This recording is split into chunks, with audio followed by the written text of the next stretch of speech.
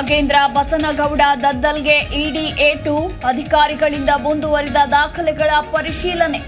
ಸಾಲು ಸಾಲು ಪ್ರಶ್ನೆಗಳಿಂದ ಮಾಜಿ ಮಿನಿಸ್ಟರ್ ಕಂಗಾಲು.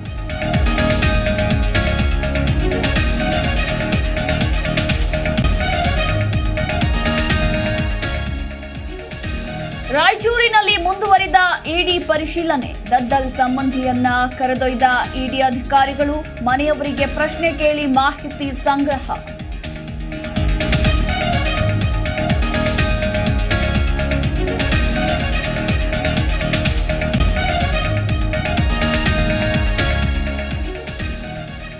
ಕಡು ಕಷ್ಟದಲ್ಲಿ ಓದಿ ಬೆಳೆದಿದ್ದ ಪಂಪಣ್ಣ ಕನ್ನಡದ ಕೋಟ್ಯಾಧಿಪತಿಯಲ್ಲಿ ಭಾಗಿಯಾಗಿ ಮನೆ ಮಾತು.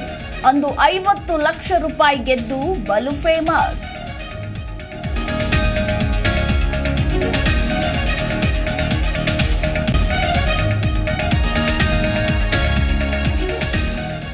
ರಾಜ್ಯದ ಭ್ರಷ್ಟ ಅಧಿಕಾರಿಗಳಿಗೆ ಲೋಕಾಯುಕ್ತ ಶಾಕ್. ಬಸವರಾಜ್ ಮಾಗಿ ಬೆಂಗಳೂರು ಮನೆ ಮೇಲೂ ದಾಳಿ. ಕಲಬುರಗಿಯ ಮನೆಯಲ್ಲಿ ಕೆಸಿನೋ ಕಾಯಿನ್ಸ್ ಪತ್ತೆ.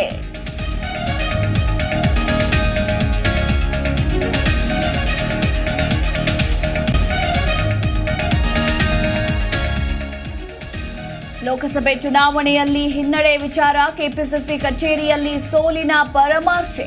ಎಐಸಿಸಿ ಟೀಮ್ನಿಂದ ರಾಜ್ಯ ನಾಯಕರಿಗೆ ಸಾಲು ಸಾಲು ಪ್ರಶ್ನೆ.